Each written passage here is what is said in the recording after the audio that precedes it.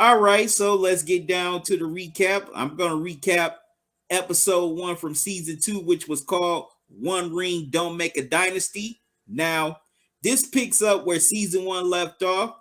The Lakers are coming off of their 1980 NBA championship, and Magic is definitely riding high. His rocket is just shot up way to the moon.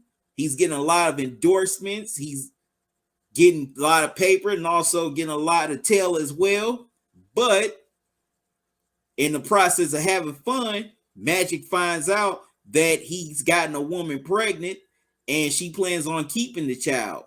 Now, his handlers, Dr. Day, as well as Lisa Davis, have drew up a settlement for her to where she'll be financially, where she and the child will be financially taken care of, and it won't even bear the Johnson last name.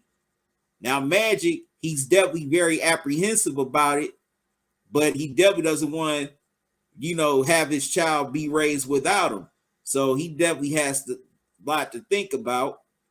Now, Paul comes back looking like new money. He has the slick back hair, the new suit.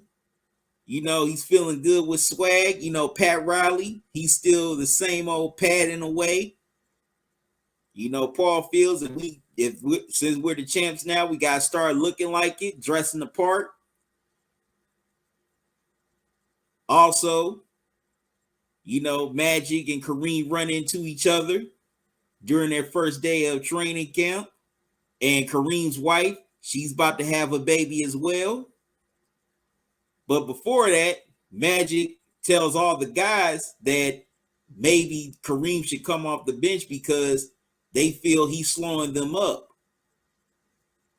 And that they end up winning that game 6 without him, running a faster tempo and also a small ball lineup. So Magic suggests to the guys like Norm, Jim Jones, that they all should talk to Kareem about as well as Paul. But a lot of guys don't want to go down that road because they're scared of Kareem, especially Coop. Coop says that, hey, he's so scared of Kareem that he just dresses in the shower. Sometimes he just goes in the shower with his uniform on. But when it comes time to talk to Kareem, Magic doesn't mention it at all.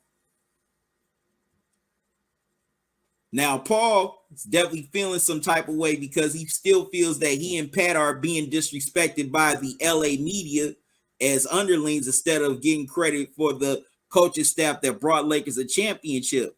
He feels that they're still in Jack McKinney's shadow, despite them taking over and winning the title after Jack McKinney had to step down due to his bike accident. So he's really driven to prove everyone wrong that he can coach a team to another title and that he's just not an underling, that he is definitely a valid NBA head coach. Now, the first day of camp gets off to a very rocky start. Magic is still trying to run run up tempo, but Kareem's not ready for it. He and Kareem are not on the same page. Matter of fact, Magic passes the ball to Kareem where he's not ready for it, and he's not ready and he's not in his spot to catch it. So these two definitely bump heads. And initially, after practice is over, tries to end, excuse me. Magic and Kareem decide to have a scrimmage. Magic plays with all the guys that started in Game 6 of the NBA Finals, while Kareem decides to play with the B team, which is all the second and third stringers. So Kareem really motivates them, telling them, hey, you MFers want minutes, this is your chance to get them. So they take full advantage. Boy, it's a very physical, scrimmage, man. People are just elbowing each other, just knocking each other down. I mean, earlier in the practice, Kareem had a nasty block on Magic that was nothing nice. But, man, the scrimmage gets very physical. It seems like it's damn near like a brawl. But then, while Magic and Kareem are fighting for the ball, inadvertently, Magic elbow Kareem's in the eye, ends up messing up his eye very bad. Now, later on in the episode, also Jerry Buss goes to the owners' meeting in New York for the NBA draft. He comes back talking to the executives at ESPN, trying to get the NBA on there. He feels like the NBA can definitely grow into a phenomenon and be seen everywhere, every day, all day, instead of just being seen every Sunday on CBS, which was showcasing the NBA at the time. And he presents it to David Stern, who's still under the old commissioner at the time. Also, Red Auerbach is there, and of course, Jerry Buss got a glow in Red's face about him being second runner-up, also him having the title, as well as him being one and done. Ever since he became an owner, he doesn't know about losing. All he knows is winning. And Red Auerbach basically tells Jerry Buss to pump the brakes, that just be happy with what you got, because you get distracted. And also, unbeknownst to Buss, Red drafts Kevin McHale, and then he makes the trade with the Golden State Warriors to get Robert Parrish, aka the Chief, to have the best backcourt in the NBA. So now, Boston is definitely, up their team, and they're ready to go. They're ready to compete for a championship. They're just ready to click on all cylinders to send a message, and Jerry Buss hopes that he can beat Red in the NBA Finals. Now, the regular season, the 81 season tip, the 80-81 season tips off, and the Lakers are ready to defend their crown. But the first game, Magic ends up messing up his knee pretty bad. He's going to be out for 12 weeks, so he decides to go back to Lansing and hang out with his family for a while. And also, he has to wrap up the situation with the woman he ended up getting pregnant, decide what he's going to do. Initially, he and his people present her with the buyout, but the girl's father is very PO'd and insulted that they would even present something like that. Also, Magic parents call him out for, being irresponsible as well and trying to run away from his responsibilities, because that's not how they raised him. So while he's rehabbing his knee, decides to reach out to Cookie and try to patch things up with her, but she's not having it because he's done it too. He's messed around on her too many times, and she tells him, like, do you think about that before you smash somebody? Do you think about the outcome?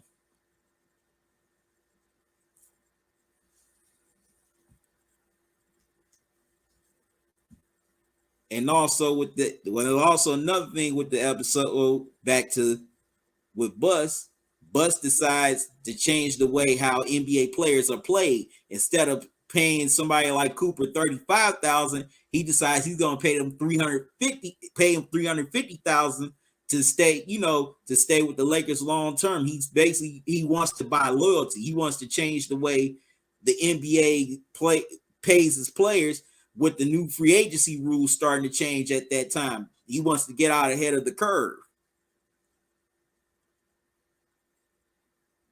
So he decides to try to lock up all of his starters long term. Now, Jerry West and Ben Sharman definitely don't like it, because that's not how it was done in their days. Matter of fact, West mentioned that he only made $800,000 for his whole career. So they look at Jerry Buss like he's crazy. But Jeannie also agrees with her father, since Reagan was about to be president. Things were going to start favoring the rich more now that he was going to be in office. Basically saying, credit was going to be the new cash.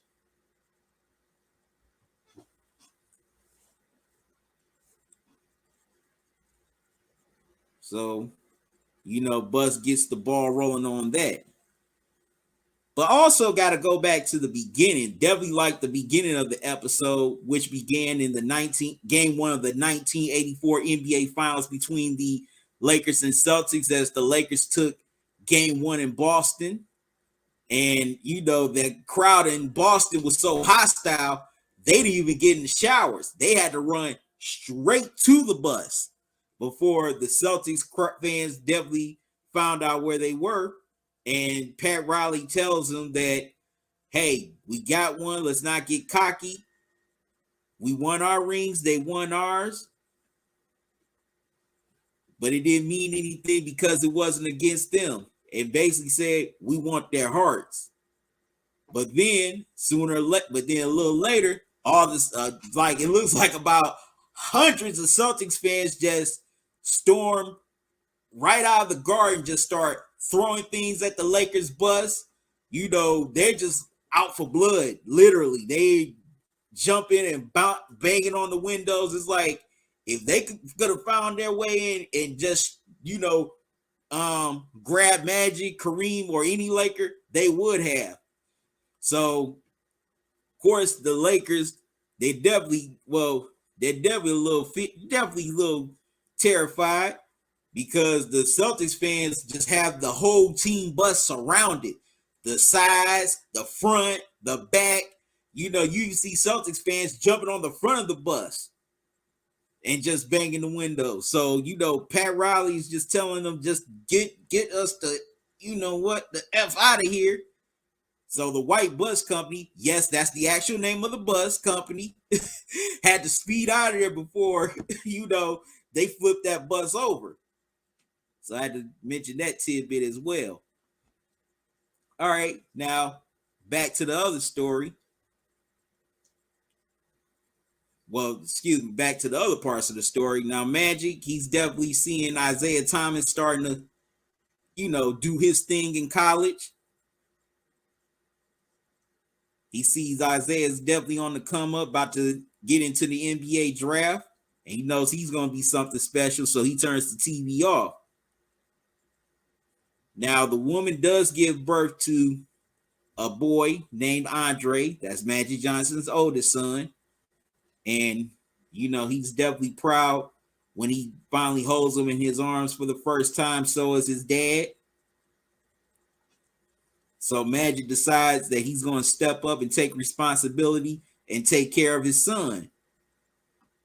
So Dr. Day, which is Magic's manager, comes to Magic's parents' house, and his dad tells Dr. Day that he and the girl's family worked it out, settled it like family. So basically, we ain't gonna need you no more. And the dad this is one of my favorite scenes of the episode, when he just tells the dad, "Get the fuck off my porch," and just slams the door right in his face. Man, I was like, "Go on, Papa Irvin Sr." That was just a straight up G move right there. That was a straight up G move right there. Now, Magic, definitely tries to play a little basketball on the playground to try to rehab his knee, but you can just tell he doesn't have the confidence that he once had the season earlier.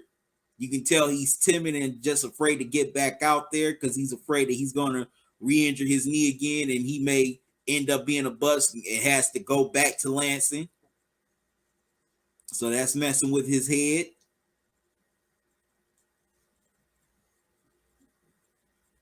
But at the end, he goes back to, well, no, let me not get to the end yet.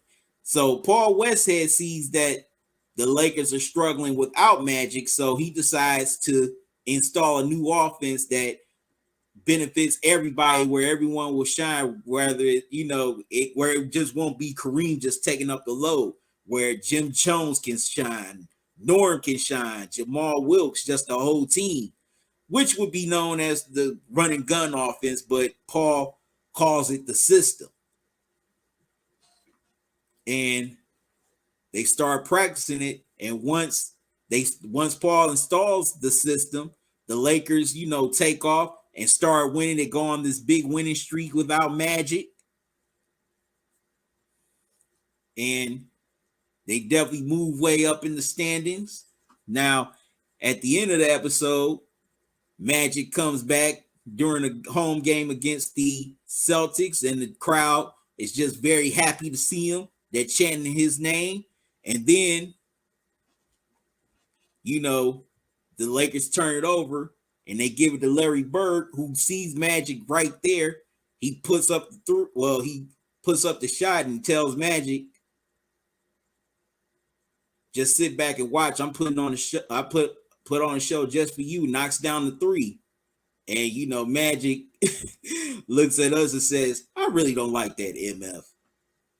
But that was definitely a great way to kick off season 2.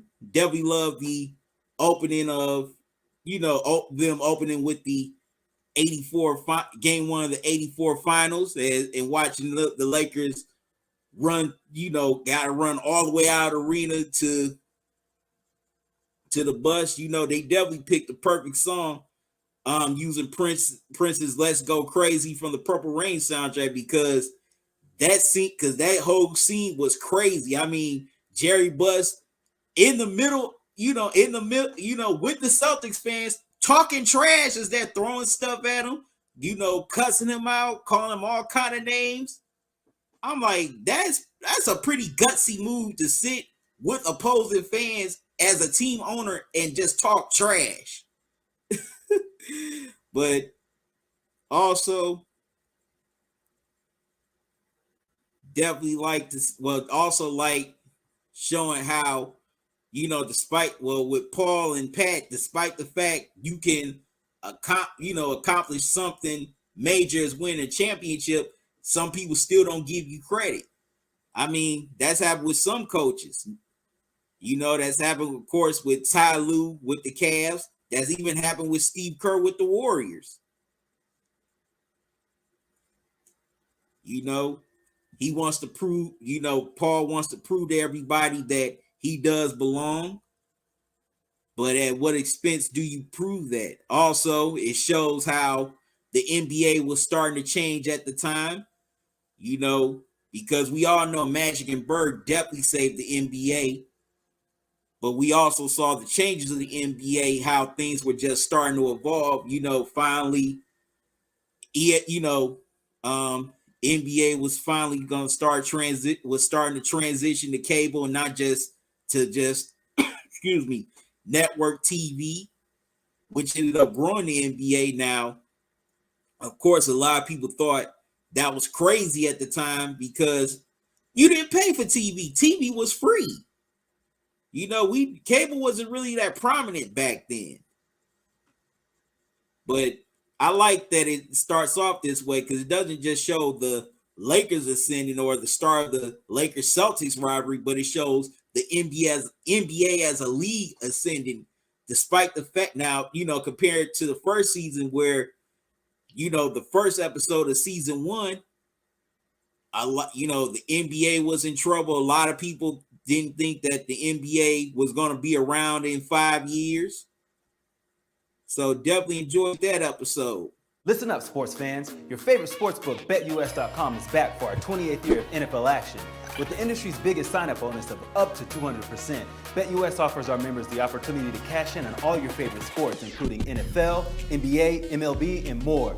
We've also got hundreds of new casino games, including the coolest new European slots, and our live dealers are waiting for you at the table. Sign up at BetUS.com today to get into the action. BetUS, where the game begins.